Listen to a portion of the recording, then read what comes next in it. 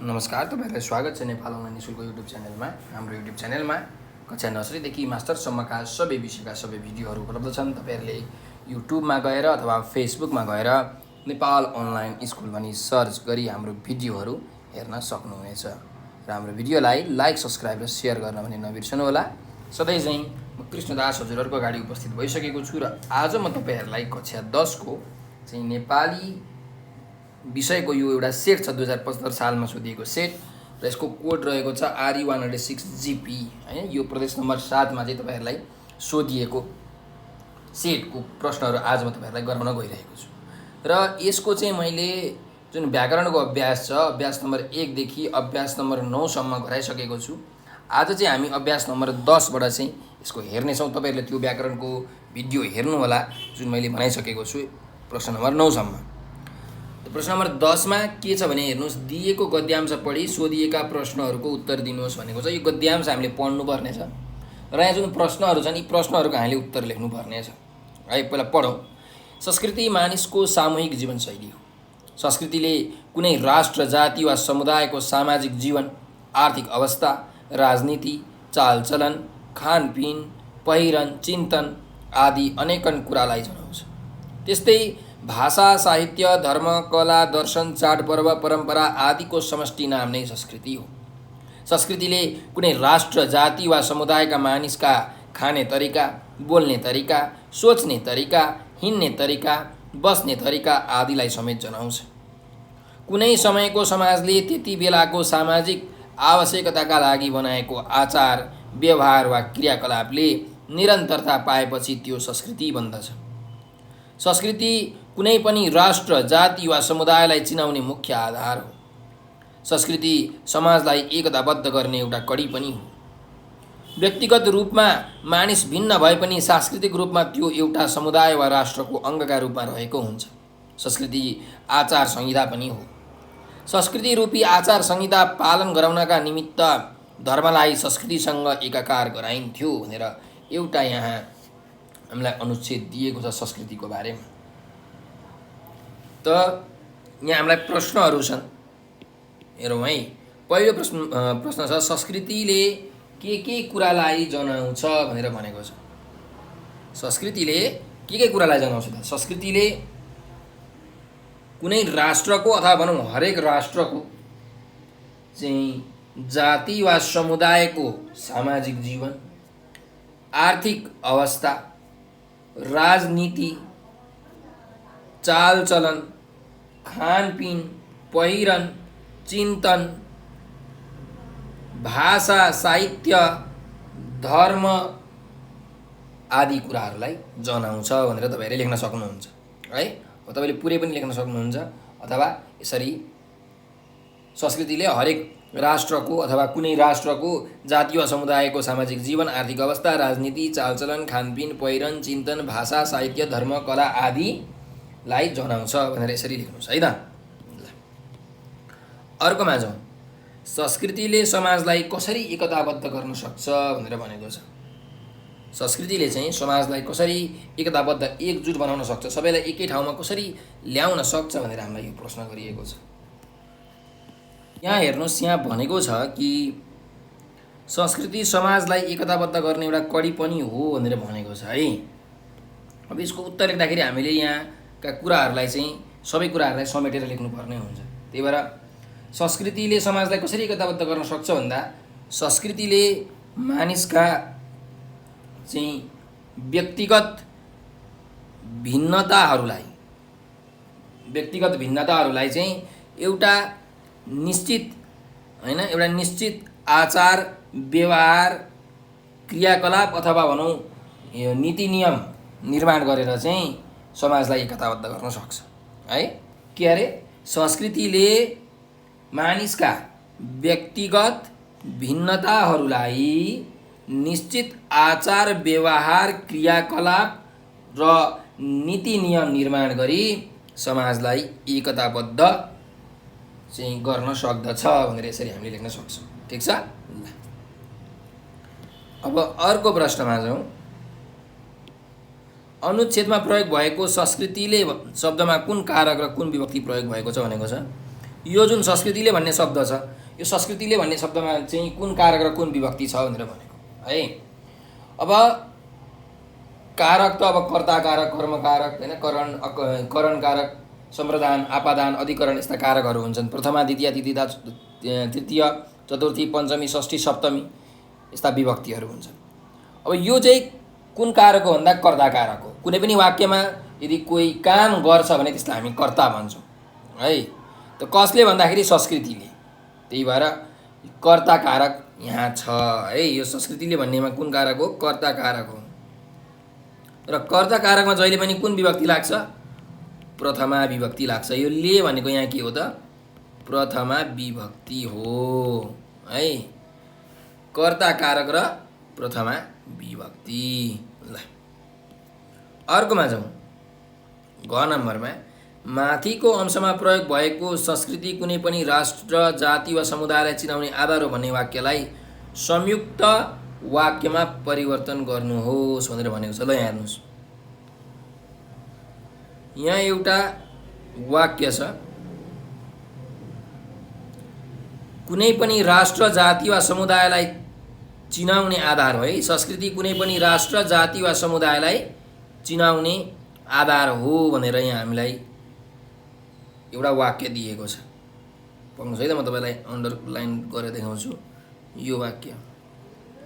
अब यो वाक्य चाहिँ यहाँ सरल वाक्यमा छ है। यो वाक्य चाहिँ यहाँ सरल वाक्यमा छ। यसलाई हामीले संयुक्त वाक्यमा परिवर्तन गर्नु पर्यो। संयुक्त वाक्य भनेको चाहिँ संयोजक प्रयोग भएका वाक्यहरूलाई हामी संयुक्त वाक्य भन्छौँ। कुनै पनि दुईटा वाक्यहरू, शब्दहरू जोड्ने जुन शब्दहरू छन् तिनीहरूलाई संयोजक भनिन्छ। ती संयोजक प्रयोग भएका वाक्यहरूलाई हामी संयुक्त वाक्य भन्छौँ है। त संस्कृति कुनै पनि राष्ट्र, जाति वा समुदायलाई चिनाउने आधार हो भनेको छ। यसरी लेख्न सकिन्छ, संस्कृति कुनै पनि राष्ट्रलाई चिनाउने आधार हो र यसले जाति वा समुदायलाई पनि चिनाउने गर्दछ। यसरी वाक्य बनाउन सकिन्छ संयुक्त वाक्य। के अरे? संस्कृति कुनै पनि राष्ट्रलाई चिनाउने आधार हो र यसले जाति वा समुदायलाई पनि चिनाउने गर्दछ। यसरी हामीले संयुक्त वाक्यमा परिवर्तन गर्न सक्छौँ। ठिक छ। अर्को हेरौँ। राष्ट्र शब्दको पर्यायवाची शब्द लेखी उक्त शब्दलाई अर्थ खुल्ने गरी वाक्यमा प्रयोग गर्नुहोस् भनेको छ। अब राष्ट्र भनेको त हाम्रो के हो त? देश हो, पर्यायवाची शब्द अथवा मुलुक, जे लेखे पनि भयो। अब यो जुन पर्यायवाची शब्द छ देश अथवा मुलुक, यसलाई चाहिँ हामीले वाक्यमा वाक्यमा प्रयोग गर्नु पर्यो है। त हामीले यसरी वाक्यमा प्रयोग गर्न सक्छौँ कि नेपाल त्यस्तो देश हो अथवा नेपाल त्यस्तो मुलुक हो जहाँ सांस्कृतिक विविधता पाइन्छ भनेर यसरी हामीले वाक्य बनाउन सक्छौँ है। कति मिठो वाक्य। ल अर्कोमा जाउँ। अर्को अभ्यास हेरौँ। 11 नम्बरको अभ्यास। तलको गद्यांश पढी सोधिएका प्रश्नको छोटो छरितो उत्तर दिनुहोस् भनेर भनेको छ। यो गद्यांश पढौँ, त्यसपछि यहाँ प्रश्नहरू छन्, ती प्रश्नहरू पनि हामीले पढ्नुपर्ने हुन्छ। त गद्यांशमा हेर्नुहोस् के छ भने कुनै पनि राष्ट्रको झन्डाले त्यहाँको परम्परा, इतिहास र जीवन पद्धतिलाई झल्काउँछ। त्यसैले सामाजिक र सांस्कृतिक मान्यताका दृष्टिले यसको ठुलो महत्त्व हुन्छ। झन्डाको इतिहास मानव सभ्यताको इतिहास जत्तिकै पुरानो छ। झन्डालाई पताका, ध्वजा, निशान, केतु आदि पनि भनिन्छ। कुनै देशभित्र अनेकौँ झन्डाहरू प्रचलनमा आएका हुन सक्छन्, तर राष्ट्रिय झन्डा मात्र त्यस देशको स्थानमा फहराउने एउटा यस्तो प्रतीक हो जसले राष्ट्रिय सम्प्रभुता र अखण्डताको मन्त्र प्रत्येक नागरिकलाई सुनाएर सबैलाई एकतामा आबद्ध हुन बल प्रदान गर्दछ। राष्ट्रिय झन्डाले सम्पूर्ण राष्ट्रको प्रतिनिधित्व गर्ने भएकाले यसले नागरिकका विचार, भावना र सोचलाई समेत प्रतिबिम्बित गर्दछ। आफ्नो झन्डालाई हेरेर त्यस देशका बासिन्दाहरू आफ्नो राष्ट्रप्रति गौरव गरी राष्ट्रका निमित्त समर्पित हुन समेत उत्प्रेरित हुन्छन्। यससँग देशवासीका अन्तर्भावना, इच्छा शक्ति र आत्मीय प्रेम घाँसिएका हुन्छन् भनेर एउटा राष्ट्रिय झन्डाको बारेमा यहाँ हामीलाई यो अनुच्छेद दिएको छ। अब यहाँ प्रश्न एउटा झुन्ड्याइएको छ, 5वटा प्रश्नहरू छन्। पहिलो प्रश्न छ राष्ट्रिय झन्डाको महत्त्व किन छ भनेर भनेको छ। राष्ट्रिय झन्डाको महत्त्व किन छ भन्दाखेरि राष्ट्रिय झन्डाले चाहिँ कुनै पनि राष्ट्रको परम्परा, इतिहास र जीवन पद्धतिलाई झल्काउने भएकाले, के अरे राष्ट्रिय झन्डाले कुनै पनि राष्ट्रको परम्परा, इतिहास र जीवन पद्धतिलाई झल्काउने भएकाले यसको महत्त्व छ भनेर यसरी हामीले लेख्न सक्छौँ है। अर्कोमा जाउँ। झन्डाका अरू पर्यायवाची शब्दहरू के हुन् भनेको छ त। झन्डाका अरू पर्यायवाची शब्दहरू के हुन् त? पताका, ध्वजा, निशान, केतु आदि हुन् भनेर तपाईँहरूले लेख्न सक्नुहुन्छ। एकदम सजिलो यो प्रश्न त। ल अर्कोमा जाउँ। नागरिक एकतामा आबद्ध हुन झन्डाले कसरी बल प्रदान गर्दछ भनेर भनेको छ। जुन नागरिकहरू एकता हुन्छ नि, त्यो एकतामा आबद्ध हुनको लागि, एकतामा आउनको लागि झन्डाले कसरी चाहिँ एउटा बल प्रदान गर्दछ भनेर हामीलाई यहाँ सोधेको छ। त्यसको उत्तर यसरी लेख्न सकिन्छ कि नागरिकका अनेक विचार, भावना र सोचलाई प्रतिबिम्बित गर्ने भएकाले नागरिक एकतामा आबद्ध हुन झन्डाले बल प्रदान गर्दछ। यसरी के अरे नागरिकका अनेक विचार, भावना र सोचलाई प्रतिबिम्बित गर्ने भएकाले नागरिक एकतामा आबद्ध हुन झन्डाले बल प्रदान गर्दछ भनेर यसरी हामीले उत्तर लेख्न सक्छौँ है। ल अब अर्को प्रश्नमा जाउँ। झन्डा हेरेर देशवासीहरू राष्ट्रका निम्ति किन समर्पित हुन्छन् भनेर हामीलाई सोधेको छ। किन झन्डा हेरेर चाहिँ जुन आम देशवासीहरू छन् तिनीहरू किन समर्पित हुन्छन् भनेर हाम्रो यहाँ प्रश्न छ है। अब यसको उत्तर के लेख्न सकिन्छ भन्दाखेरि हेर्नुहोस्, झन्डाले सम्पूर्ण राष्ट्रको प्रतिनिधित्व गर्ने भएकाले र राष्ट्रको गौरव बढाउने भएकाले झन्डा हेरेर देशवासीहरू राष्ट्रका निम्ति समर्पित हुन्छन् भनेर यसरी हामीले लेख्न सक्छौँ। के अरे झन्डाले सम्पूर्ण राष्ट्रको प्रतिनिधित्व गर्ने भएकाले र राष्ट्रको गौरव अथवा भनौँ राष्ट्रिय गौरव बढाउने भएकाले झन्डा हेरेर देशवासीहरू राष्ट्रका निम्ति समर्पित हुन्छन् भनेर यसको उत्तर लेख्न सकिन्छ है। अब अन्तिम एउटा प्रश्न छ, झन्डासँग देशवासीको कस्तो भाव गाँसिएको हुन्छ भनेर भनेको छ। त झन्डासँग देशवासीको अन्तर्भावना, इच्छा शक्ति र आत्मीय प्रेम जस्ता भावहरू गाँसिएको हुन्छ। झन्डासँग देशवासीको कस्तो भाव गाँसिएको हुन्छ त झन्डासँग देशवासीको अन्तर्भावना, इच्छा शक्ति र आत्मीय प्रेमका भावहरू गाँसिएका हुन्छन् भनेर यसरी हामीले उत्तर लेख्न सक्छौँ। ठिक छ। अब अर्को प्रश्नमा जाउँ। प्रश्न नम्बर 12। यहाँ अभ्यास नम्बर 12मा के छ भने तलको गद्यांशबाट 4वटा बुँदा टिपी सारांश लेख्नुहोस् भनेर भनेको छ। हेरौँ के छ हाम्रो यो चाहिँ गद्यांश अनुच्छेद। यहाँबाट हामीले 4वटा बुँदा टिप्नु पऱ्यो, पोइन्ट टिप्नु पऱ्यो र सारांश लेख्नु पऱ्यो। सारांश भनेको चाहिँ मूल भाग, मुख्य कुरो, चुरो कुरो, गुदी कुरो लेख्नु पऱ्यो है। ल भुँडी पूजाका लागि मान्छेले के सोच्यो, के सोचेन, के गर्यो, के गरेन बयान गरी साध्य छैन। सुरुमा काँचो तरुल र भ्याकुरले भुँडी पूजा गर्ने मान्छेले आज पृथ्वीको कुनै छेउलाई बाँझो रहन नदी हलो चलाई नैवेद्य फलायो। तर एकले अर्काको अस्तित्व आवश्यक नठान्दा भुँडी भुँडी भकुरा भकुर गर्न थाले।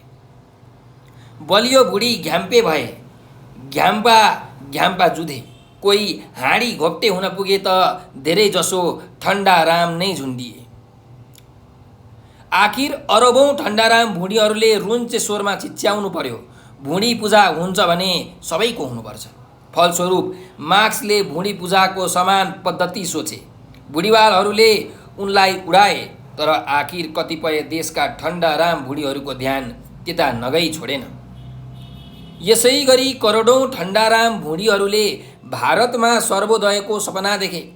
लाखौँ ठण्डाराम भुँडीहरूको उचित पूजाका लागि नेपालले भूमि सुधारको योजना लागू गर्नु परिरहेछ। त्यही पनि हाँडी घोप्टेर घ्याम्पे भुँडीहरू न्यार न्यार ngरngr गरी भर्सेलीबाट भाग्नु परेका बिराला झैँ नाक बजाउँदैछन्। तर नैवेद्यको जोरजामका लागि कसिएका 95% भुँडीहरूको माझमा न्यु खोज्न लागे भने उनीहरूको जुगानु जुगदेखि टन्किएको भुँडीले मादल र दमाजै बज्नुपर्ने कुरा स्वतः सिद्ध भइसकेको छ भनेर यो हामीलाई चाहिँ कक्षा 10 को जुन नेपाली पाठ्यपुस्तक छ जय भुँडी भन्ने एउटा निबन्ध छ, हास्यव्यङ्ग्य निबन्धकार भैरव अरुवालले लेख्नु भएको हो। त्यो निबन्धबाट चाहिँ यो गद्यांश यहाँ साभार गरिएको हो, उद्धृत गरिएको, सारिएको है। त यहाँ यो गद्यांशमा चाहिँ भैरव अरुवालले यहाँ भुँडीका जुन प्रकारहरू छन् त्यसको विषयमा चर्चा गर्नुभएको छ। त यसको हामीले के गर्नु पर्यो त बुँदा टिप्नु पर्यो, 4वटा बुँदाहरू टिप्नु पर्यो र यसलाई सारांश गर्नु पर्यो, यसको सारांश लेख्नु पर्यो। ल त हामीले यसको बुँदाहरू टिप्दाखेरि सुरुमा तपाईँले बुँदाहरू भनेर लेख्नु पर्यो। त पहिलो बुँदा हामीले टिप्यौँ कि मानिसले भुँडी पूजाका लागि काँचो तरुल र भ्याकुर खाए पनि पृथ्वीलाई बाँझो नराखी नैवेद्य फलाउनु है। यसरी के अरे मानिसले भुँडी पूजाका लागि काँचो तरुल र भ्याकुर खाए पनि पृथ्वीलाई बाँझो नराखी नैवेद्य फलाउनु। तपाईँहरूले वाक्य कहिले पनि टुङ्ग्याउनु हुँदैन है बुँदाहरू टिप्दाखेरि। त्यही भएर नैवेद्य फलाउनु अथवा नैवेद्य फलाउन थाल्नु यसरी पनि हामीले लेख्न सक्छौँ। यो भयो पहिलो बुँदा। अब जाउँ दोस्रो बुँदा। दोस्रो बुँदामा हामी के लेख्न सक्छौँ भन्दाखेरि एक अर्कालाई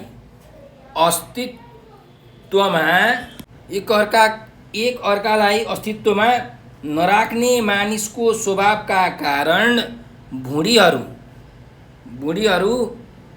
चाहिँ घ्याम्पा, हाँडी घोप्टे, त्यस्तै ठण्डाराम आदिमा विभाजित हुनु है। के अरे यहाँ हेर्नुहोस् है, एक अर्कालाई अस्तित्वमा नराख्ने मानिसको स्वभावका कारण भुँडीहरू घ्याम्पा, हाँडी घोप्टे र ठण्डाराम आदिमा विभाजित हुनु। यसरी हामीले दोस्रो बुँदा लेख्न सक्छौँ। ठिक छ। अब तेस्रो बुँदा हामीले के लेख्न सक्छौँ भने अब यहाँ अर्को कुरा के छ भने हेर्नुहोस्, यो ठण्डाराम भुँडीहरूले चाहिँ भारतमा सर्वोदयको सपना देख्नु भनेर भनेको छ। भन्नुको मतलब यहाँ नेपालमा पनि यो ठण्डाराम भुँडीहरूले चाहिँ उचित पूजाको लागि चाहिँ यो भूमि सुधारको योजनाहरू लागू गर्नु परिरहेछ भनेर भनेको छ। यसको अर्थ के हो भने ठण्डाराम भुँडीहरूले चाहिँ विभिन्न मुलुकहरूमा चाहिँ यो परिवर्तनको सपना देखिरहेका छन् हो। र अरू भुँडीहरू चाहिँ के गर्छन् त भन्दाखेरि न्यार न्यार मुरगुर गर्दै एक आपसमा झगडा गरिरहेका छन्। त यसको एउटा बुँदा बनाउन सकिन्छ कि ठण्डाराम भुँडीहरूले विभिन्न मुलुकमा परिवर्तनको सपना देख्नु र अन्य भुँडीहरू आपसमा न्यार न्यार ngरngr गर्दै झगडा गरिरहनु। यसरी तेस्रो बुँदा पनि हामीले टिप्न सक्छौँ। ठिक छ। अब अर्को एउटा चौथो बुँदा हामीले के टिप्न सक्छौँ भन्दाखेरि 95% जुन भुँडीहरूले देखेको सुधारको सपनालाई चाहिँ अरू भुँडीहरूले रोक्न सक्ने अवस्था नहुनु है। यहाँ भनेको छ 95% भुँडीहरूको माझमा न्यु खोज्न लागे भने उनीहरूको जुगानु जुगदेखि टन्किएको भुँडीले मादल र दमाजै बज्नुपर्ने भनेर भनेको छ।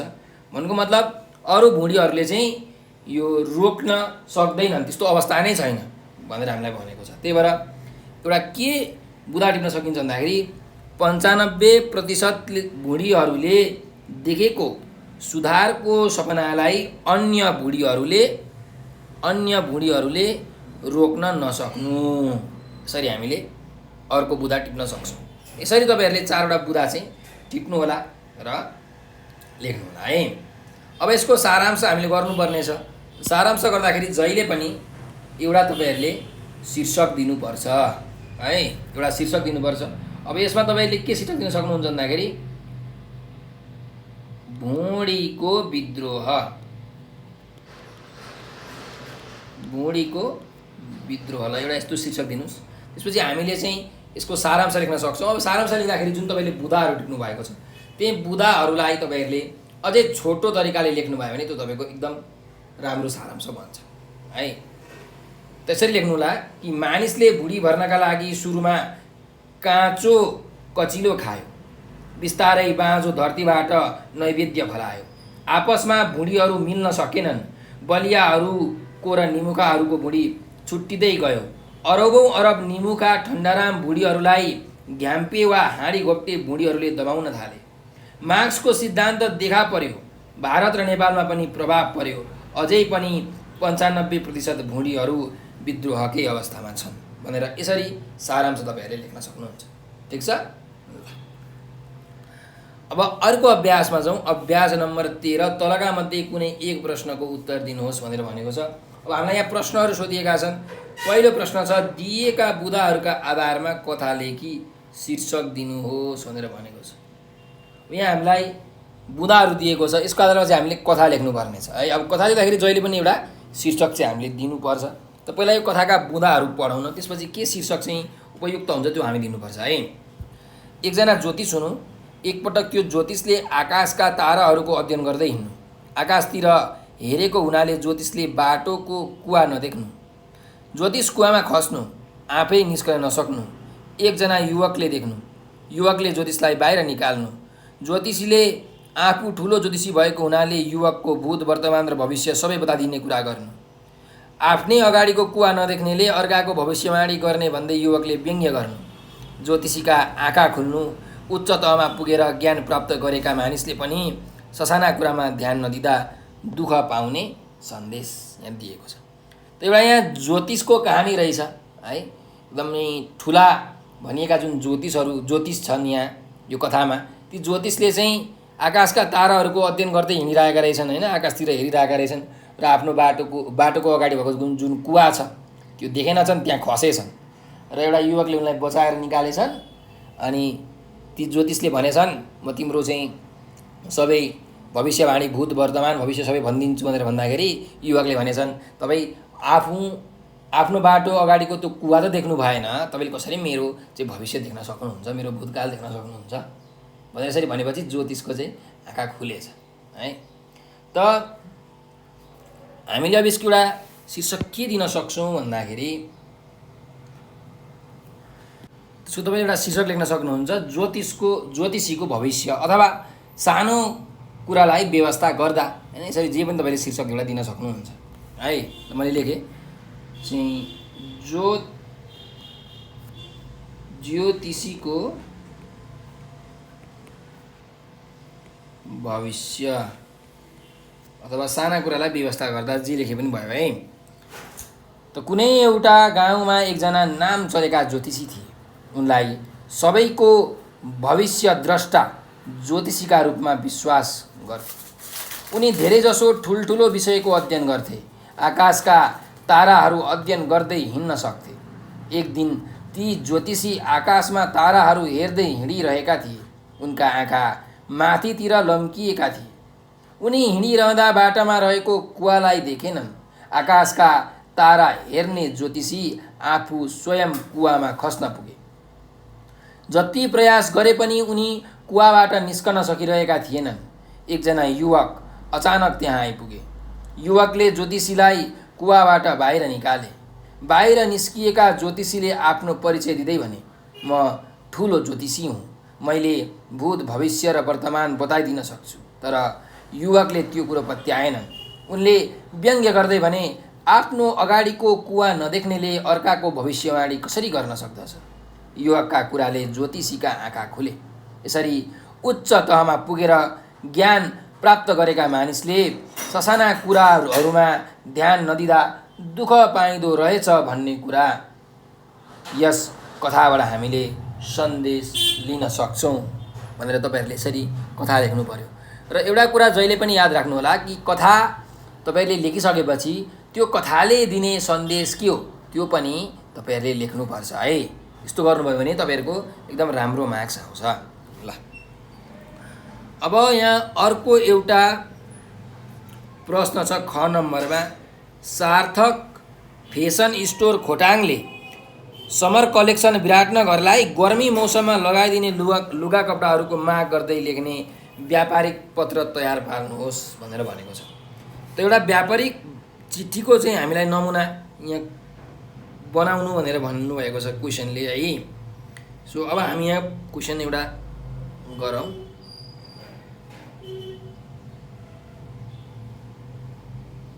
ल हेर्नुहोस् है त। अब यहाँ के भनेको छ भन्दाखेरि यो जुन सार्थक फेसन स्टोर छ खोटाङमा रहेछ यो सार्थक फेसन स्टोर, र यो फेसन स्टोरले चाहिँ विराटनगरमा भएको समर कलेक्सनलाई चाहिँ यो गर्मी मौसममा लगाइने जुन लुगा कपडाहरू छ त्यसको माग गरिरहेको छ र एउटा चिठी लेख्नुपर्ने छ। त कसरी लेख्ने भन्दाखेरि व्यापारिक चिठी लेख्दाखेरि कसले लेखेको हो त्यो यहाँसँग सुरुमा लेख्नुपर्छ।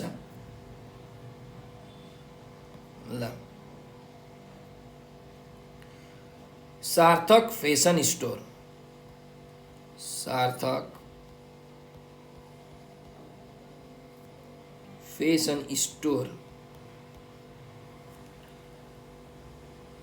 ठेगाना के हो त खोटाङमा छ है यो। यसरी लेख्ने। अनि मिति 2078 साल 12 महिना 25 गते यसरी मिति लेख्नुभयो है। अब श्रीमान निर्देश, अब श्रीमान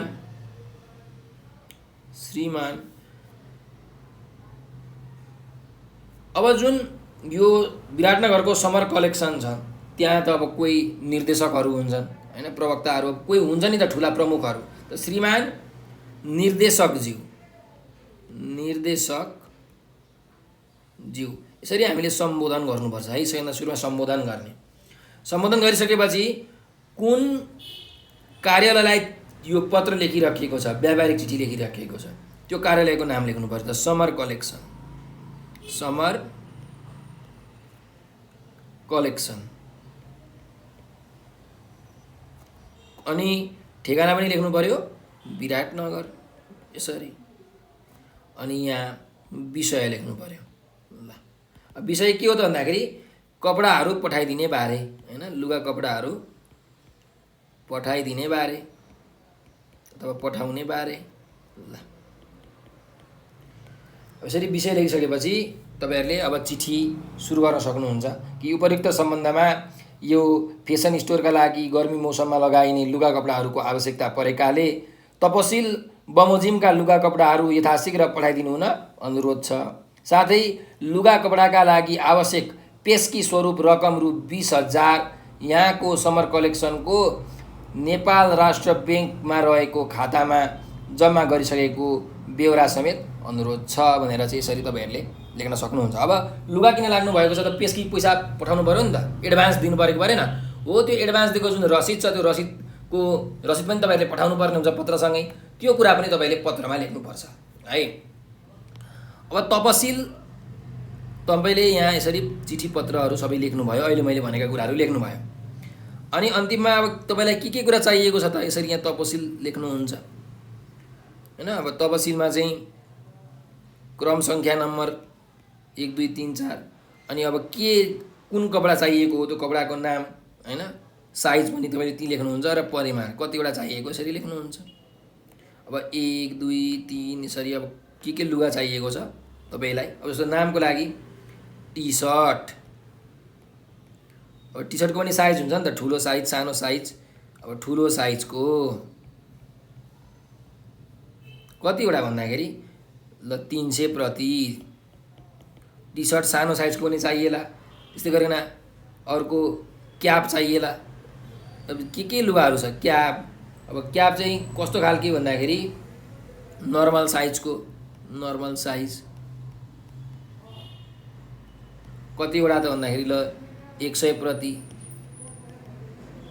यसरी अब अरू लुगाहरू हुन्छन्, हाफ प्यान्ट होइन, अब कटनको हो कि तपाईँलाई चाहिएको, अरू कुनै लुगा सिल्कको हो कि होइन, फाइबरको हो कि, कति प्रति चाहिने हो, यसरी तपाईँले सबै लेख्न सक्नुहुन्छ है, तपाईँलाई के चाहिएको छ त कपडाहरू। अनि अन्तिममा चाहिँ जसले चिठी लेखेको हो उसको नाम, त भवदीय सम्बन्ध ज्ञापन गर्नुपर्छ यसरी भवदीय लेखेर। अनि प्रोप्राइटर नवीन भट्टराई,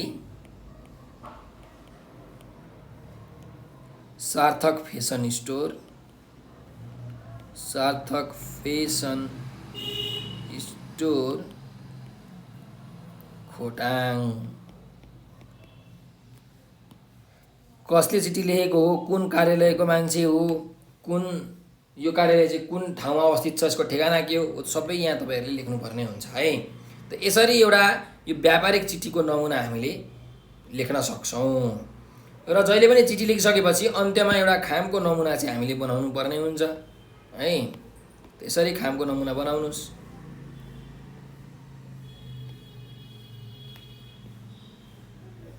ल खामको नमुना बनाउँदाखेरि जहिले पनि यताको भागमा के हुन्छ त टिकट हुन्छ, टिकट। ल यतातिर प्रेषक भनेको पठाउने व्यक्ति, यतातिर प्रापक। पठाउने यो चिठी पठाउने व्यापारिक चिठी पठाउने मान्छेको नाम लेख्नु पर्यो, नवीन भट्टराई, सार्थक ठेगाना लेख्नु पर्यो, सार्थक फेसन स्टोर, अनि ठेगाना पनि लेख्नु पर्यो खोटाङ है। र प्रापक कसलाई चिठी पठाइएको भन्दाखेरि चाहिँ समर कलेक्सन जुन विराटनगरमा छ त्यहाँको निर्देशकज्यूलाई पठाएको, त्यही भएर श्रीमान निर्देशक, नाम त थाहा छैन हामीलाई, त्यही भएर श्रीमान निर्देशक चाहिँ Shri summer collection, Shri summer collection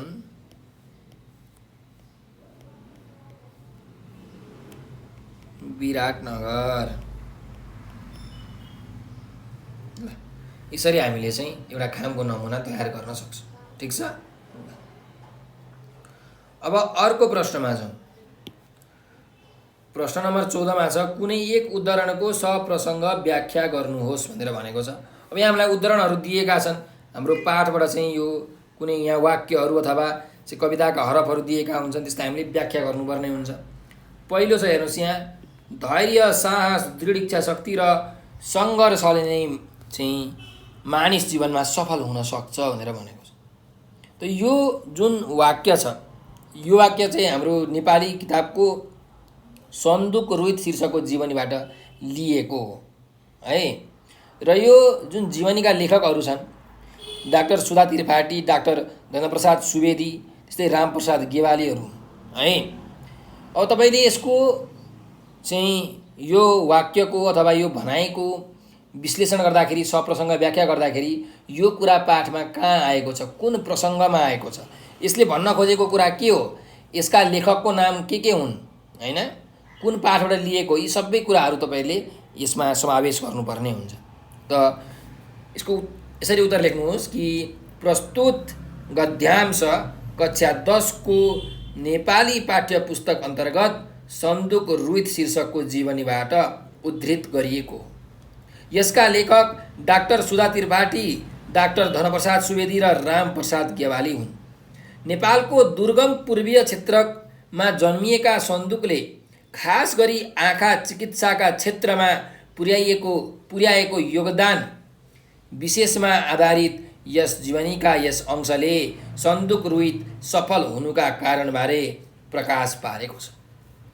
सन्दुक रोहित विश्वचर्चित नेपाली चिकित्सक हुन्। उनी 2011 सालमा ओलाङचुङ गोलामा जन्मिएका हुन्। उनले मोतीबिन्दुको चिकित्सा पद्धति अर्थात् रोहिटेक्टोमी प्रारम्भ गरेका छन्। नेपाली प्रविधिलाई विश्वभर चर्चित तुल्याउने रोहितको बाल्यकाल अभाव र सङ्घर्षका बीचमा बित्दै गयो। मध्यमवर्गीय व्यापारिक घरानामा चाहिँ जन्मिए पनि उनलाई सधैँ सङ्घर्ष गर्नुपर्ने परिस्थिति सिर्जना भइ नै रह्यो। दार्जिलिङमा घर छोडेर पढ्नु पर्दाको दुःख, काठमाडौँ बस्नु पर्दाको सङ्घर्ष, क्षयरोगी बहिनीको निधनबाट उत्पन्न पीडा आदिका बावजुद पनि उनले भारतबाट MBBS उत्तीर्ण गरे। उनी वीर अस्पतालमा जनरल फिजिसियनका रूपमा समेत संलग्न भए। उनको प्रतिभा, लगनशीलता र अनुसन्धान प्रविधि सम्बन्धी क्रियाशीलताका कारण चिकित्सा क्षेत्रमा नयाँ क्रान्ति आउन पुग्यो। इन्ट्राओकुलर लेन्स बनाएर उनले विश्वलाई आँखाको शल्यक्रियाका क्षेत्रमा चकित तुल्याए। नेपालको तिलगङ्गा अस्पताल उनकै कारण विश्व प्रसिद्ध हुन पुग्यो। उनका बारेमा विश्वले अनेक किसिमबाट सम्मान गर्ने गरेको छ। यस प्रकार सन्दुक रोहितमा भएको धीरता, साहसिलोपन, दृढ इच्छाशक्ति तथा सङ्घर्षशील चरित्रका कारण उनी सधैँ सफल हुँदै गए। अतः सन्दुक रोहितकै जस्तो मानिसको जीवनमा यी गुणहरू अनिवार्य मान्न सकिन्छ। सारगर्भित वाक्यका रूपमा रहेको यस अंशले मानिसको जीवन सफल तुल्याउने मन्त्रको काम गरेको छ भनेर हामीले यसको व्याख्या गर्न सक्छौँ। अब हामी अर्को एउटा प्रश्नमा जाउँ। यहाँ ख नम्बरको एउटा चाहिँ यो कविताको हरफ यहाँ दिएको छ। यो जुन हरफ छ यो चाहिँ हाम्रो कक्षा 10 को नेपाली किताबको वर्षा भन्ने कविताबाट लिएको हो, साभार गरिएको। यो कविताका लेखक चाहिँ महाकवि लक्ष्मीप्रसाद देवकोटा हुन् र उहाँले यो वर्षा ऋतुको भनौँ या प्रकृतिको भनौँ एकदमै भावपूर्ण ढङ्गले चाहिँ चर्चा गर्नुभएको छ, विश्लेषण गर्नुभएको छ। त पहिला पढौँ।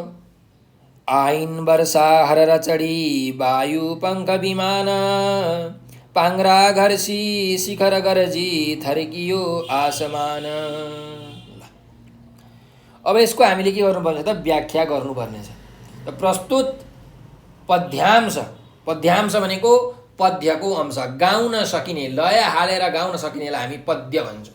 त यो पद्यको के हो त अंश हो, पद्यांश। त प्रस्तुत पद्यांश कक्षा 10 को नेपाली पाठ्य पुस्तक अन्तर्गत वर्षा शीर्षकको कविताबाट उद्धृत गरिएको हो अथवा साभार गरिएको। यस कविताका रचयिता महाकवि लक्ष्मीप्रसाद देवकोटा हुन्। यस कवितामा कविले वर्षाका समयमा मानव जीवन र प्रकृति जगतमा देखिने अनेकौं प्रभावहरूको सुन्दर चित्रण गरेका छन्। कविले वर्षाको आगमनलाई चित्रण गर्ने क्रममा माथिका पंक्ति प्रस्तुत गरेका हुन्। कविका अनुसार वर्षा हावामा उड्ने वायुपंखी विमान चढेर हरर गर्दै आयो। वास्तवमा वर्षाको समय त्यसै पनि सौन्दर्यपूर्ण हुने गर्दछ। वर्षाले सौन्दर्यको सृष्टि गर्नुको साथै उसको आगमनले चराचर जगत नै खुसी र रसमय बन्दछ। वर्षा मानौ हावामा उड्ने वायुपंखी विमान चढेर आएको छ। उसको आगमन बडो आनन्दमय बनेको छ। वर्षाको आगमनका क्रममा अग्ला पहाडका चुचुराहरूमा विमानका पाङ्ग्राहरू घोटिएर आकाश गड्याङगुडुङ गर्दै थर्किन थाल्यो। विमानका पाङ्ग्राहरू घोटिएर ठुलो आवाज निकाल्दै र सबैतिर फैलिँदै वर्षाको आगमन भयो।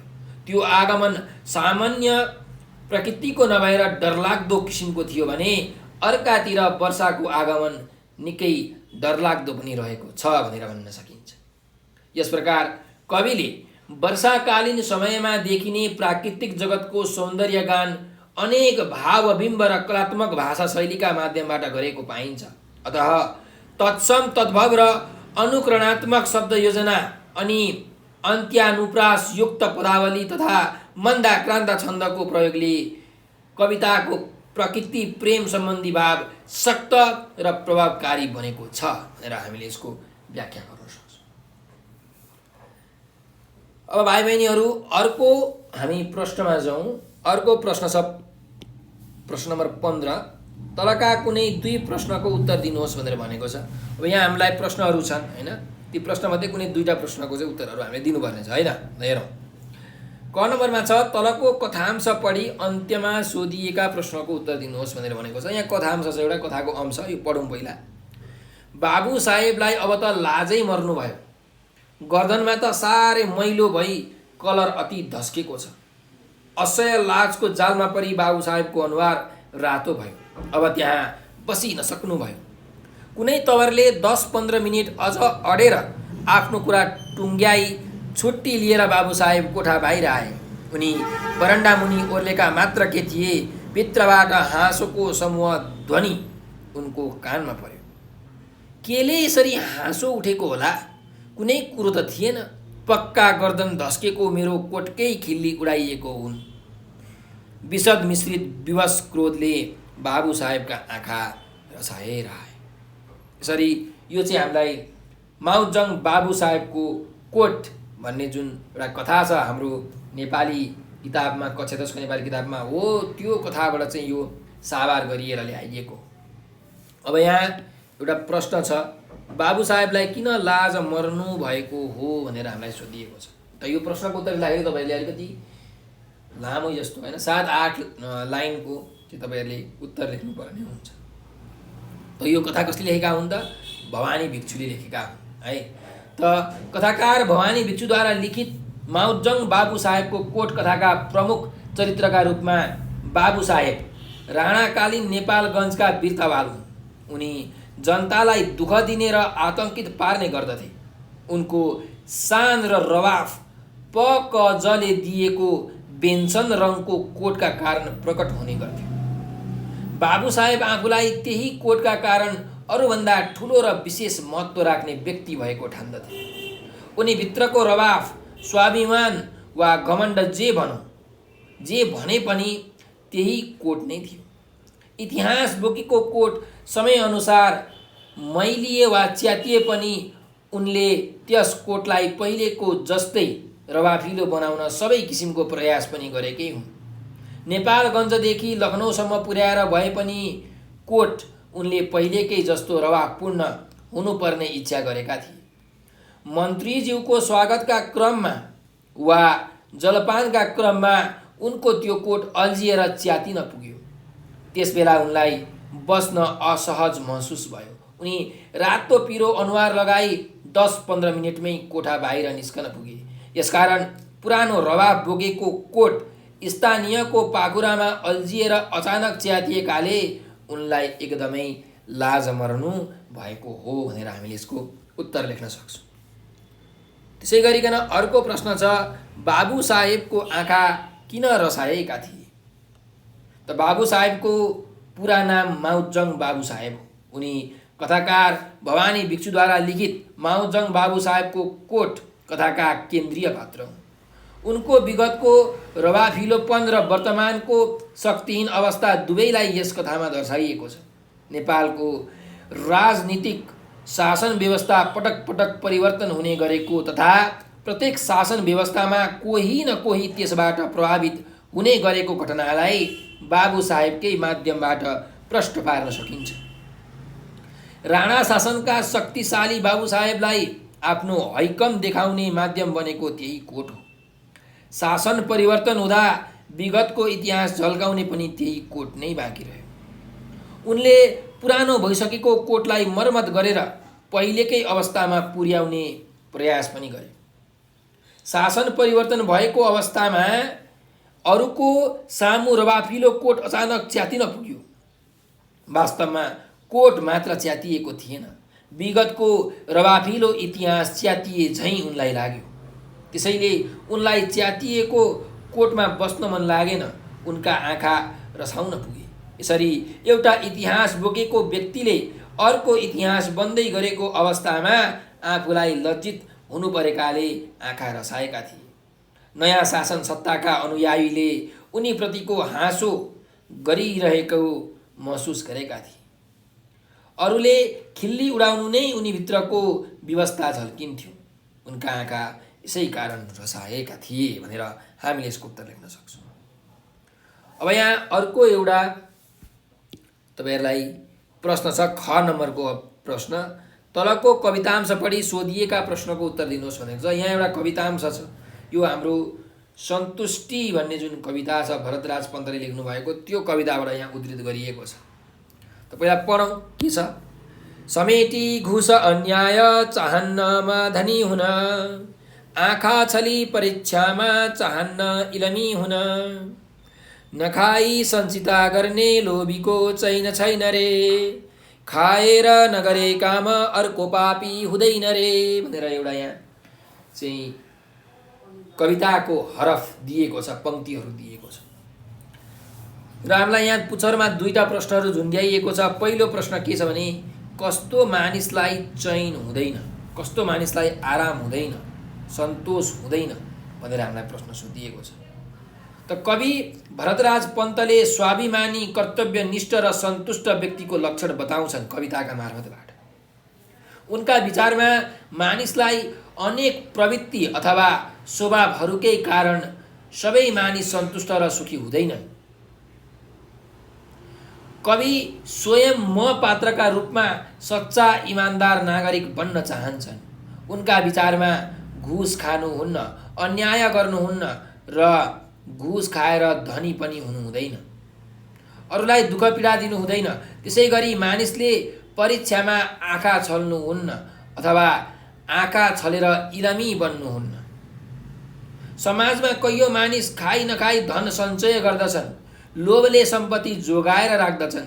वास्तवमा त्यस्तो धन सञ्चय गरेर लोभी बन्ने मानिसलाई कहिल्यै शान्ति, आनन्द, चैन हुँदैन। यसरी घुस खाएर धनी हुने, परीक्षामा आँखा छलेर इलमी हुने वा उद्योगी हुने तथा नखाई लोभले धन सञ्चय गरेर राख्ने मानिसलाई कहिल्यै पनि चैन हुँदैन भनेर हामीले यसको उत्तर लेख्न सक्छौँ है। अब यहाँ अर्को प्रश्न के छ भने यस कवितांशको मुख्य भाव के हो, मूल भाव के हो? त यो कवितांश मानिसको स्वभावसँग केन्द्रित छ। कवि भरतराज पन्तले मानिसका अनेक स्वभावहरूको चर्चा गर्ने क्रममा यो कवितांश तयार भएको छ। सबै मानिस सुखी हुँदैनन्, ती मात्र खुसी हुन सक्छन् जो सन्तुष्ट हुने गर्दछन्। समाजमा कैयौँ मानिस घुस खाएर तथा अन्याय गरेर धनी बनेका देखिन्छन्। कवि आफूलाई त्यस्तो हुनु हुँदैन भन्ने ठान्दछन्। त्यसै गरी छलेर अथवा अमर्यादित काम गरेर मानिस उद्योगी भएको देखाउँछन्, तर कवि त्यस्तो प्रवृत्ति पनि ठिक हुँदैन भन्ने ठान्दछन्। लोभले सम्पत्ति साँच्ने र सम्पत्ति खाएर काम नगर्ने व्यक्तिहरूको पनि कमी छैन। उनीहरू जस्तै आफू हुनु हुँदैन भन्ने कुरामा कवि प्रष्ट छन्। नुनको सोझो गर्नुपर्छ, खाएको नुनको ऋण तिर्नुपर्छ। आफूले खाएको थालमा थुक्नु हुँदैन। अतः यस कवितांशले मानिसका अन्य सबै प्रवृत्तिहरू ठिक नहुने गरेको कुरा समेटेको पाइन्छ। घुस नखानु, अन्याय अत्याचार नगर्नु, अमर्यादित काम कहिल्यै नगर्नु, लोभले सम्पत्ति नसाच्नु तथा अरूको खाएर काम गर्नु आदि सबै गलत हुन्। अरूको खाएर काम नगर्नु आदि सबै गलत हुन् भन्ने नै यस कवितांशको मुख्य भाव हो, मूल भाव भनेर तपाईहरूले उत्तर लेख्न सक्नुहुन्छ है। ल भाइ बहिनीहरू, अब हामी अर्को प्रश्नमा जाउँ। अर्को प्रश्न छ तलको निबन्धको अंश पढी अन्त्यमा सोधिएका प्रश्नको उत्तर दिनुहोस् भनेर भनेको छ। यहाँ एउटा निबन्धको अंश छ। यो थान्का भन्ने जुन पाठ छ त्यो पाठबाट यो अंश यहाँ ल्याएर राखिएको छ, केही भाग ल्याएर राखिएको छ। त यो पढौँ। थान्का कलाप्रेमीहरूका लागि उत्कृष्ट कलाकृति, बौद्ध मार्गीयहरूका लागि आस्थाको प्रतीक र शान्ति प्रेमीहरूका लागि शान्तिको प्रतीक हो। थान्का बौद्ध मार्गीयहरूमा लोकप्रिय छ। गुम्बाहरूमा र घर घरमा समेत थान्कालाई सजाइन्छ र पुजिन्छ। लामा बौद्ध समुदायमा त हरेक मृतकका नाममा एउटा थान्का अनिवार्य रूपमा चाहिन्छ भनेर एउटा निबन्धांश हामीलाई यहाँ दिइएको छ। अब यहाँ प्रश्नहरू छन्, हेर्नुहोस्। थान्का बौद्ध मार्गीहरूमा किन लोकप्रिय छ? किन चाहिँ यो जुन बौद्ध मार्गीहरू छन् ती बौद्ध मार्गीहरूको बिचमा यो थान्का एकदमै लोकप्रिय छ भनेर हामीलाई प्रश्न सोधिएको छ। र यो थान्का भनेको बौद्ध मार्गीहरूको एउटा लोकप्रिय कला हो। यो कला बौद्ध दर्शनकै आधारमा तयार पारिन्छ। खास गरी मानिसले शान्तिको खोजी गरिरहेको पृष्ठभूमिमा शान्तिलाई झल्काउन सक्ने थान्काको विशेष लोकप्रियता बढेको छ। बुद्ध दर्शन नेपालको गौरव मानिन्छ। शान्तिप्रिय बुद्धकै दार्शनिक मान्यतामा आधारित थान्का कलाको लोकप्रियता बढेको छ। धार्मिक, सांस्कृतिक, प्राकृतिक विविध विषयहरूका माध्यमबाट शान्तिका लागि थान्कामा कलात्मक कला भरिन्छ। वास्तवमा बौद्ध मार्गीहरू शान्ति चाहन्छन्। आजका हरेक मानिसले बौद्ध मार्गीद्वारा निर्माण गरिएका थान्कामा शान्तिको प्रतिबिम्ब देख्दछन्। यसकारण थान्का बौद्ध मार्गीहरूमा लोकप्रिय छ भनेर हामीले यसको उत्तर लेख्न सक्छौँ। त्यसै गरिकन भाइ बहिनीहरू, यहाँ अर्को प्रश्न छ, थान्काको सांस्कृतिक महत्त्व उल्लेख गर्नुहोस् भनेको छ। त थान्का बौद्ध धर्म संस्कृतिको उपज हो। जुनसुकै धर्म, संस्कृति, दार्शनिक मान्यतामा अडिएको हुन्छ। थान्का कलाको उदय पनि बौद्ध दर्शनमा आधारित धर्म संस्कृतिकै देन हो। मानिसहरू शान्तिका लागि आतुर छन्, चाहे बौद्ध हुन् वा हिन्दूहरू हुन्। हरेकले शान्तिको खोजी गरिरहेकै छन्। त्यसको प्रतीकका रूपमा देवी देवता, भूत प्रेत, जनावर, प्रकृति लगायतका चित्रहरू कोरिँदै आएका छन्। गुम्बाहरू र घर घरमा समेत थान्कालाई सजाउन र पुज्न थालिएको छ। लामा बौद्ध समुदायमा त हरेक मृतकका नाममा एउटा थान्का अनिवार्य रूपमा प्रयोग गरिन्छ। यसरी बौद्ध दर्शनलाई टेकेर निर्माण गर्न थालिएको थान्काले बिस्तारै धर्म संस्कृतिलाई समेत आधार बनाएको छ। मानिसको मृत्युमा समेत अनिवार्य ठानिनु थान्काको सांस्कृतिक महत्त्व मान्न सकिन्छ भनेर हामीले यसरी थान्काको चाहिँ सांस्कृतिक महत्त्वको बारेमा वर्णन गर्न सक्छौँ। त्यसै गरिकन यहाँ अर्को एउटा प्रश्न छ, 16 नम्बरको प्रश्न। विभीषणले आफ्नै दाजुको साथ नदिएर रामचन्द्रको पक्ष लिनु कतिको उपयुक्त हो, तर्क दिएर लेख्नुहोस् भनेर हामीलाई यहाँ 4 नम्बरमा 4 अङ्कमा यो प्रश्न सोधिएको छ। तपाईँले आफ्नो यहाँ तर्क दिनुपर्ने छ। अब यो जुन तपाईँलाई प्रश्न सोधिएको छ यो चाहिँ हाम्रो जन्मभूमि भन्ने जुन कथा छ कक्षा 10 को नेपाली किताबमा हो, त्यो कथाबाट चाहिँ सोधिएको हो। त जन्मभूमि कथामा रामायणमा आधारित विषयवस्तुको प्रयोग भएको छ। रामायण रामकी पत्नी सीतालाई रावणले अपहरण गरेको तथा रामले रावणलाई मारेर सीतालाई मुक्त गराएको कथावस्तु पाइन्छ रामायणमा। त्यस्तै सन्दर्भमा रावणको भाइ विभीषणका खास विशेषताहरू गाँसिएर आएका छन्। जन्मभूमि कथाभित्र विभीषणका तीनै खास विशेषताहरूमध्ये उनले आफ्नो दाइ रावणलाई भन्दा रामलाई साथ दिएको देखिन्छ। विभीषणले रावणका कमजोरीहरू रामलाई नसुनाएको भए सम्भवतः राम मारिँदैनथ्यो कि भन्ने भनाइ सुन्ने गरिन्छ। वास्तवमै यस कथामा विभीषणले आफ्नै दाजु रावणको साथ दिएका छैनन्। उनले साथ नदिनुमा रावणले सीतालाई अपहरणमुक्त गर्नुपर्ने कुरा नमानेको भन्ने बताइएको छ। अझ सत्य र न्यायको मार्ग नअपनाएकाले नै आफूले दाइको पक्षमा उभिन नसकेको भन्ने विभीषणको तर्क छ। वास्तवमा अन्यायको पक्षमा लाग्ने रावणलाई उनका भाइ विभीषणले त्यागेर न्यायको पक्षमा लाग्ने रामको साथ दिनु एकदमै उपयुक्त देखिन्छ। जसले सत्य र न्यायको बाटो लिन्छ उसले जहिले अरूको कल्याण गर्दछ, तर जो अन्याय र असत्यको पक्षमा हुन्छ उसले कहिल्यै कसैको कल्याण गर्दैन। विभीषणले सबैको कल्याण गर्ने रामचन्द्रका पक्षमा लागेर अन्यायका पक्षमा लाग्ने आफ्नै दाजुलाई छोड्नु साँच्चीकै सान्दर्भिक र उचित देखिन्छ भनेर हामीले यसको उत्तर लेख्न सक्छौँ। त्यसै गरिकन भाइ बहिनीहरू, अब हामी अर्को प्रश्नमा छौँ। प्रश्न नम्बर 17 छ, कुनै एक प्रश्नको लामो उत्तर दिनुहोस् भनेर 8 नम्बरमा तपाईँलाई सोधिएको छ। त यहाँ पहिलो क नम्बरमा के छ भने तलको कवितांश पढी अन्त्यमा सोधिएका प्रश्नको उत्तर दिनुहोस् भनेर भनेको छ। यहाँ एउटा कविताको अंश छ, कविताको भाग छ। यो जुन भाग छ यहाँ कवितांश, यो कवितांश चाहिँ हाम्रो कक्षा 10 को नेपाली पाठ्य पुस्तकको म सडक बोल्दैछु भन्ने कविताबाट उद्धृत गरिएको हो, सारिएको हो। र यो कविताका रचयिता हुनुहुन्छ पारिजात। त पहिला यो कवितांश पढौँ, त्यसपछि यहाँको प्रश्नको उत्तर हामी लेख्नुपर्नेछ। सडक हुँ, बाढीमा डुब्न सक्छु। सडक हुँ, पहिरोले पुगिन सक्छु। माटो ढुङ्गा पन्छाएर पानीको भेल तह लगाएर फेरि देखिन सक्छु। जोडिएका फेरि चालु हुन सक्छु। सडक हुँ, हराउँदिन। यो एउटा गद्य कविता हो। यसलाई हामीले कुनै छन्दमा गाउन पढ्न सक्दैनौँ, तर यति गति र लय मिलाएर हामीले वाचन गर्नुपर्ने हुन्छ। त यहाँ हाम्रो प्रश्न के छ भने सडक भएर सडकले भोग्नु परेका समस्या र अवस्थाको चित्रण गर्नुहोस् भनेर भनेको छ। यो कवितामा चाहिँ पारिजातले सडकको जुन अवस्था छ, सडकले जुन खेप्नु परेको समस्या छ, जुन बाधा व्यवधान छ, त्यस कुरालाई बडो मर्म, बडो भावपूर्ण ढङ्गले यहाँ प्रस्तुत गरिएको छ। सडक सबैलाई सुविधा दिने साधन हो। सडककै माध्यमबाट हरेक प्राणी सजिलै गरी आउजाउ गर्न सक्छ र आफूलाई सुरक्षित राख्न सक्छ। सडकले अनेकौं प्राकृतिक तथा भौतिक दुःख पीडाहरू खपेर भए पनि अरूलाई सहयोग पुर्याइरहेको हुन्छ।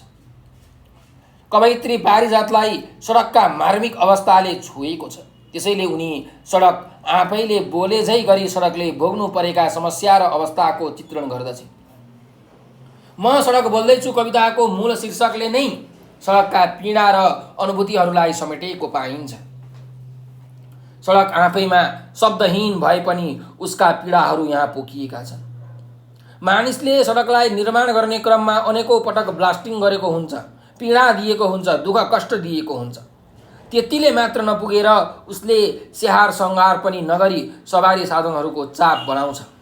सडकमै बस र ट्रकहरू आपसमा जुझ्न पुग्दछन्। सडकमा गुडिरहेका सवारी साधनहरू कैयौं पटक दुर्घटनाग्रस्त हुन्छ। त्यसै सडकमाथि कहिले बाढी र कहिले पहिरोको प्रभाव पर्दछ। पानीको भेलले सडक निमिट्यान्न पर्दछ। फेरि पनि मानिसलाई सडकको आवश्यकता पर्दछ र सडक नहराइकन देखा पर्दछ। अनेकौं दुःख कष्ट सहेर सडकले समस्याहरू झेल्दै बिना सित्ती गाली खाँदै र आरोप सहँदै अरूलाई सेवा गरिरहनु परेको अवस्था छ। मानिसहरू त्यो सडकलाई एकदम रद्दी सडक, कस्तो नराम्रो सडक भनेर गाली गर्दछन्, तर मानिसहरूलाई यो कुराको चेतना हुनुपर्छ कि त्यो सडक त्यस्तो हुनुमा मानिसहरूकै हात छ। यस प्रकार सडक निर्जीव छ, तर सडकमाथिको पीडालाई उसले मौन रूपमा बोलिरहेको छ। अनेकौं दुःख पीडा खपेर समस्याग्रस्त अवस्थालाई मौन रूपमा व्यक्त गरेको छ सडकले। यसरी हामीले सडक भएर सडकले भोग्नु परेका समस्या र अवस्थाको बारेमा व्याख्या विश्लेषण चित्रण गर्न सक्छौँ। भाइ बहिनीहरूले यो प्रश्नको उत्तर सुनिसक्नु भएको छ।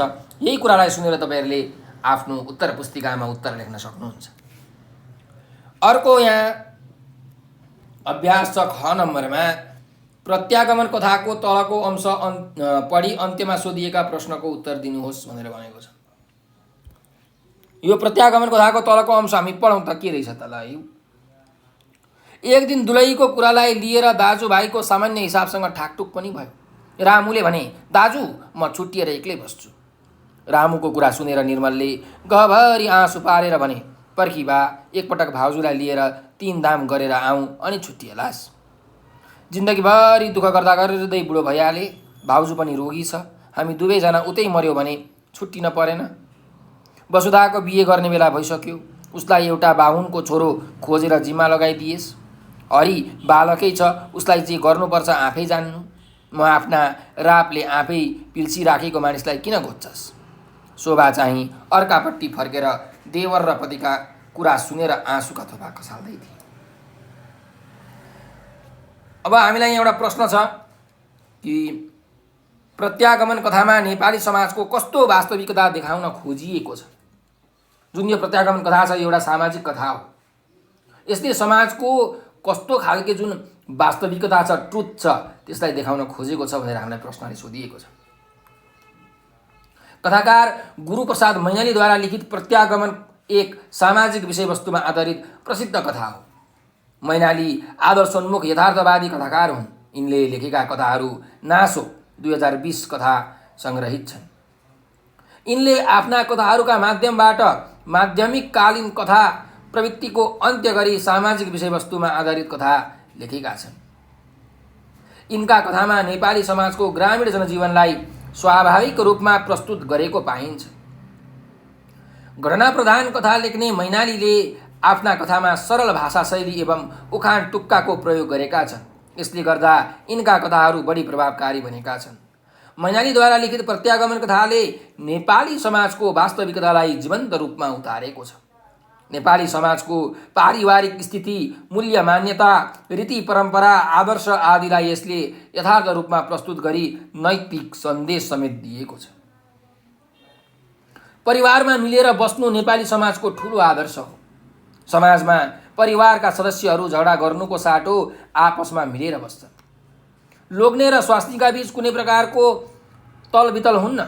सानोतिनो कुरामा मनमुटाव भइहाले पनि त्यो क्षणिक हुन्छ, त्यसले कहिल्यै गम्भीर मोड लिँदैन। नारीहरू उदार हृदयका हुन्छन्। सौतेनी छोरो भए पनि मातृत्वको स्नेह दिएर सहजै हुर्काउन सक्ने हृदयको विशालता र क्षमता उनीहरूले राख्छन्। यदि हृदयको विशालता रामुका दाजु निर्मल र भाउजू शोभाले देखाएका छन्, यही हृदयको विशालता देखाएका छन्। 1.5 वर्षको टुहुरो रामुको सम्पूर्ण जिम्मा लिएर आजीवन उसको भलाइ चाहनु निर्मल र शोभाको आदर्श चरित्रको विशिष्ट उदाहरण हो। नेपाली समाजमा पढे लेखेका मानिसहरूलाई सम्मान गर्ने परम्परा छ। पढे लेखेका, शिक्षित र जागिरेहरूलाई हेर्ने दृष्टिकोण नेपाली समाजमा सकारात्मक रहेको छ। त्यस्तै बिए गर्दा कुल घरानकी केटी हेर्ने, इज्जतको ख्याल गर्ने परम्परा पनि नेपाली समाजमा विद्यमान छ। बिए गर्दा दुलहा र दुलै पक्षकाले सतर्कता अपनाउने, बिएलाई सांस्कृतिक उत्सवका रूपमा लिने, भोज भतेर गर्ने, छोरी मान्छेले बिए गरेर गएपछि माइतीको सम्पत्तिको धाग रवाफ देखाउने, सम्पन्न हुँदै गएपछि घरमा नोकर राख्ने, घरको डिलमा बस्दै गुड्का तान्ने, छोराछोरीको पास्नी गर्दा आफन्त र इष्टमित्रहरूलाई बोलाउने जस्ता परम्परा र चलनहरू नेपाली समाजमा अदापि छँदैछ। यस्ता नेपाली समाजका वास्तविकतालाई यस कथाले अत्यन्त मार्मिक र भावपूर्ण ढङ्गले उतारेको छ। पारिवारिक पृष्ठभूमिमा रचना गरिएको भए पनि यस कथाले नेपाली समाजका वास्तविकतालाई जीवन्त र प्रभावकारी ढङ्गले उद्घाटन गरेको पाइन्छ भनेर तपाईहरूले यस प्रश्नको उत्तर लेख्न सक्नुहुन्छ। अब हामी अन्तिम प्रश्नतिर लागौँ। भाइ बहिनीहरू, तलका कुनै एक शीर्षकमा 150 शब्दसम्मको निबन्ध लेख्नुहोस् भनेर भनिएको छ र यो निबन्ध तपाईँले 8 मार्क्समा लेख्नुपर्ने हुन्छ। 8 अङ्कको यो प्रश्न आउँछ। कुनै एउटा शीर्षक, यहाँ 3टा शीर्षक दिएको छ। पहिलो शीर्षक छ देशप्रति मेरो कर्तव्य। आफ्नो देश सबैका लागि प्यारो हुन्छ। मेरो देश नेपाल हो। म नेपाली हुँ। म एउटा सचेत नेपाली नागरिक भएको नाताले मेरो मुख्य कर्तव्य देशलाई माया गर्नु हो। मेरो देशको सर्वतोमुखी प्रगति र उन्नतिका लागि म आफूलाई समर्पित गर्न चाहन्छु। आज मेरो देशमा प्रजातान्त्रिक बहुदलीय व्यवस्था कायम छ। नेपाली जनताले 2046 सालमा ठुलो बलिदान गरेर प्रजातन्त्रको पुनर्स्थापना गरेका हुन्। प्रजातन्त्रको पुनर्स्थापना भएको आज 12 वर्ष भइसक्यो, तर यहाँ प्रजातान्त्रिक मूल्य र मान्यताहरू सही रूपमा स्थापित हुन सकेका छैनन्। अतः म सर्वप्रथम प्रजातन्त्रमा देखिएका जति पनि विकृति र विसङ्गतिहरू छन् तिनको अन्त्य गरी सही रूपमा यसको मूल्य र मान्यता स्थापना गर्न चाहन्छु। यो नै मेरो पहिलो कर्तव्य हुनेछ। यसका लागि म नेपाली जनता र यहाँका पार्टीहरूलाई प्रजातान्त्रिक व्यवस्था भनेको के हो, यसका मूलभूत मान्यताहरू कस्ता छन्, यस्ता कतिपय कुराहरूका बारेमा जानकारी गराउँछु। यसपछि राजनैतिक पार्टी र तिनमा देश र जनताप्रतिको उत्तरदायित्व बोध गराई सबैले सबैलाई सम्मान र आदर गर्न सिक्ने वातावरण तयार पार्ने काम गर्छु। यस्तै म एउटा सामाजिक प्राणी पनि हुँ। समाजको एउटा अभिन्न अङ्गका रूपमा रहेकाले मैले समाजको हित र भलाइको कुरा गर्नु पनि त्यत्तिकै आवश्यक छ। आज हाम्रो समाजमा अनेकन समस्याहरू विद्यमान छन्। तिनको समाधानका लागि सारा गाउँलेहरू एक भएर अगाडि बढ्ने वातावरण सृजना गर्नु पनि मेरो कर्तव्य हुनेछ। नेपाली समाजमा भोक, रोगी, गरिबी र बेरोजगारी जस्ता समस्याहरू व्याप्त छन्। यस्ता कुराको सही समाधानको बाटो खोज्नु म जस्ता सचेत वर्गको कर्तव्य हो। मैले यस्ता समस्याहरूको समाधानको बाटो पहिल्याउन सकिनँ भने देशप्रतिको मेरो कर्तव्य पुरा हुने छैन। मैले एउटा दृष्टिकोण बनाएको छु। त्यो के भने सर्वप्रथम शिक्षा सम्बन्धी एउटा सही नीति तय गर्न सरकारलाई दबाब दिने र सोही अनुरूप देशमा शिक्षाको ज्योति बाल्ने। यसो गरिएका खण्डमा देशमा शिक्षित मानिसहरूको सङ्ख्या बढ्छ र हाम्रो प्रजातान्त्रिक व्यवस्था सबल र सुदृढ बन्दै जान्छ। आज हाम्रो देशमा अनेक विकृतिहरू देखा पर्दैछन्। एकातिर युवा युवतीहरू पश्चिमी छाडा संस्कृतिका शिकार भएका छन् भने अर्कातिर लागु पदार्थ जस्ता दुर्व्यसनका कारण उनीहरूको जीवन बर्बाद भइरहेको छ। यसका साथै हाम्रो धर्म संस्कृति र परम्परा नै आजको युवा पिँढीले भुल्दै गएका छन्। यसले गर्दा आज नेपाली समाज अपाङ्ग जस्तै बनेको छ। सचेत नागरिक भएको नाताले म यस्ता कुरालाई ठुलो ठुलो हेरेर बसिरहन सक्दिनँ। यस्ता कुराहरूको निराकरणका लागि मैले सजग भएर लाग्नै पर्छ भन्ने ठानेको छु। देशको सबै क्षेत्रको उन्नति र प्रगति गर्ने आफ्नो मुख्य लक्ष्य राखेर अगाडि बढ्ने क्रममा जतिसुकै बाधा व्यवधान आए पनि पछि हट्ने छैन। देश र जनताको उन्नति र प्रगति नै मेरो मुख्य कर्तव्य र लक्ष्य हो। यसको लागि म आफूलाई हर वखत समर्पित गर्न चाहन्छु भनेर तपाईले यसरी आफ्नो देशप्रतिको कर्तव्य विषयमा निबन्ध लेख्न सक्नुहुन्छ। त्यस्तै गरिकन यहाँ अब अर्को एउटा शीर्षक छ, युवा वर्ग र सामाजिक सञ्जाल। युवा युवतीहरू देशको कर्णधार हुन्। शिक्षा, दीक्षा, ज्ञान, सिप, श्रम र शक्ति आदिका दृष्टिले युवा वर्ग नै राष्ट्रका कसिला मेरुदण्ड मानिन्छन्। आधुनिक वैज्ञानिक उपकरणले युवा वर्गलाई सामाजिक सञ्जालतर्फ आकर्षित गरेको छ। विकसित वा विकासोन्मुख मुलुकहरूमा हरेक युवा युवती सामाजिक सञ्जालको प्रयोगकर्ताका रूपमा देखा परेका छन्। युवा वर्गमा केही गरौँ भन्ने चाहना हुन्छ। नयाँ नयाँ कुराको खोजी गर्नु उनीहरूको मुख्य प्रवृत्ति हुने गर्दछ। आपसमा आत्मीयता बढाउँदै विचारहरू आदान प्रदान गर्नमा युवा वर्गको विशेष चासो रहने गर्दछ। त्यसैको फलस्वरूप सामाजिक सञ्जालतर्फ युवा वर्गको आकर्षण बढ्दै गएको छ। युवा वर्गले सामाजिक सञ्जाललाई विशेष गरी Facebook, YouTube, Twitter, Skype, Viber, WhatsApp, imo लगायतका अनेक प्रकारका एप्सहरूको उपयोग गर्ने गर्दछन्। यसैका माध्यमबाट सूचना, ज्ञान, मनोरञ्जन र आत्मीयता समेत पाउने गर्दछन्। विश्वभर छरिएका व्यक्तिहरूसँग सम्पर्क गर्न सामाजिक सञ्जालको उपयोग गरिन्छ। वर्तमान युवाहरू सामाजिक सञ्जाल बिनाको युगको कल्पना समेत गर्न सक्दैनन्।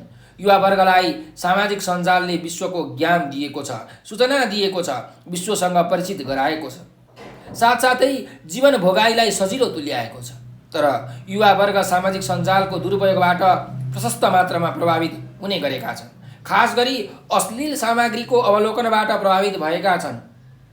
आफ्नो शारीरिक वा संवेगपूर्ण अवस्थालाई अश्लील सामग्रीहरूबाट अछुतो राख्न नसक्दा उनीहरूमा नकारात्मक असर पर्न थालेको छ। आपसी झैझगडा, बलात्कार र हिंसा जस्ता कुराहरूमा समेत युवा वर्ग सामाजिक सञ्जालको प्रयोगका कारण प्रमाणित हुने गरेका छन्। वास्तवमा आधुनिक युवा वर्ग सामाजिक सञ्जालबाट अलग रहने कुराको परिकल्पना पनि गर्न सकिँदैन।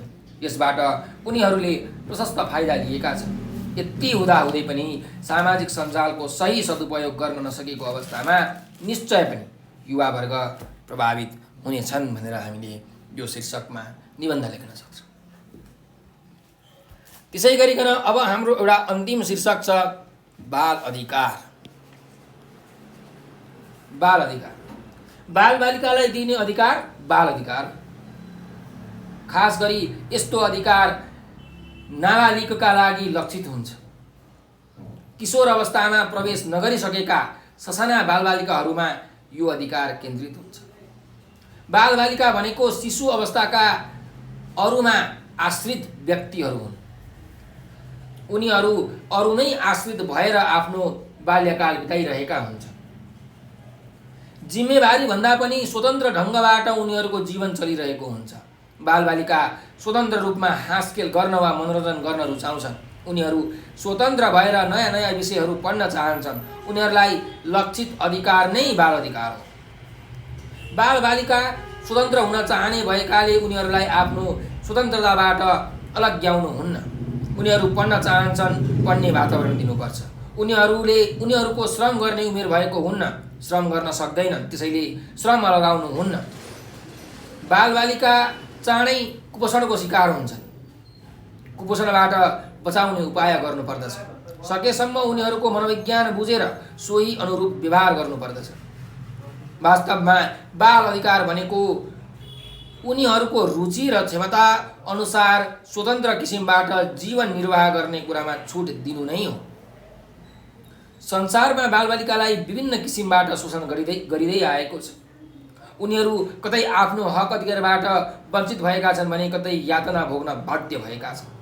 कैयौँ स्थानहरूमा बाल श्रम शोषण खुल्लेआम देख्न पाइन्छ।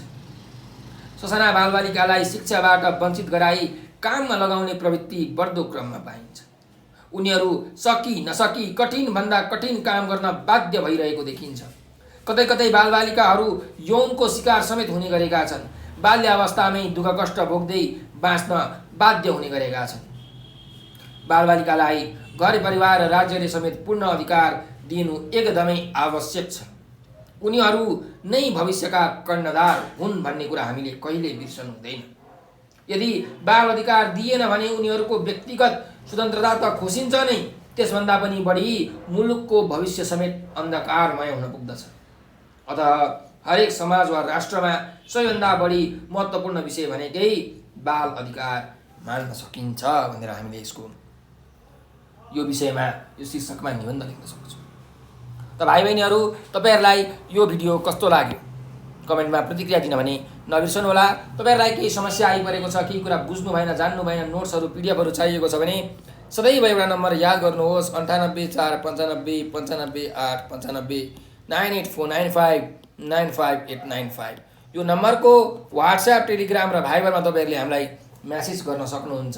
तपाईँहरूलाई चाहिएको जुन कोर्स छ, तपाईँ कति क्लासमा पढ्नुहुन्छ, तपाईँ क्लास देखेर पठाउनुहोस्, हामी सबै प्लेलिस्टहरू पठाइदिन्छौँ तपाईँहरूलाई, सबै भिडियोहरू पठाइदिन्छौँ। ती सबै भिडियोहरू तपाईँहरूले हेर्नुहोला र हाम्रो भिडियोलाई लाइक, सब्सक्राइब र सेयर गरेर नेपाल अनलाइन स्कुलको सहयोगी हात बनिदिनु होला।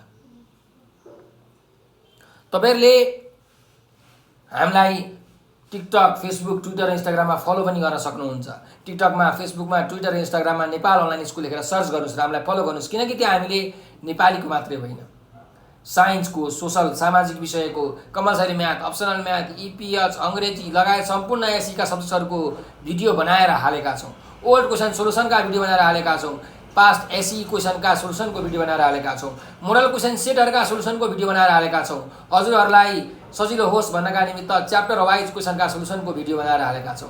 हजुरहरूको कन्सेप्ट एकदम क्लियर होस् भनेर कन्सेप्ट बेस्ड क्वेसनका सोल्युसनको भिडियो बनाएर हालेका छौँ। ती सबै भिडियो यदि तपाईँहरूले हेर्नुभयो भने एसीको एक्जाममा त A+ तपाईँले 200% ग्यारेन्टी ल्याउनुहुन्छ। र यसले तपाईँलाई अर्को के फाइदा हुन्छ भने पछि तपाईँले क्लास 11, 12मा, ब्याचलरमा, मास्टर्समा साइन्ससँग, एजुकेसनसँग, म्यानेजमेन्टसँग, आर्ट्ससँग रिलेटेड विभिन्न विधाका विषयहरू पढ्नुहुन्छ र पछि हायर लेभल स्टडिजमा विद्यार्थीहरूलाई नयाँ कुरा पढ्नको लागि अलिकति गाह्रो हुन्छ। किनकि सानो कक्षामा उनीहरूले राम्ररी पढेका हुँदैन, राम्रो बेस बनेको हुँदैन। त्यसैले त्यो राम्रो एउटा बेस बनाउनको लागि, राम्रो सही ज्ञान लिनको लागि हाम्रो भिडियोले तपाईँहरूलाई मद्दत गर्छ। त्यसैले हाम्रो भिडियो कृपया हेरिदिनुहोस्, लाइक, सब्सक्राइब र सेयर गर्न भने नबिर्सनुहोला। यति भन्दै म हजुरबाट बिदा लिन चाहन्छु। हजुरहरूले यो भिडियो अन्तिमसम्म हेरिदिनुभयो, त्यसको लागि हजुरलाई हृदयबाट धेरै धेरै धन्यवाद। स्वस्थ रहनुहोस्, व्यस्त रहनुहोस्, मस्त रहनुहोस्।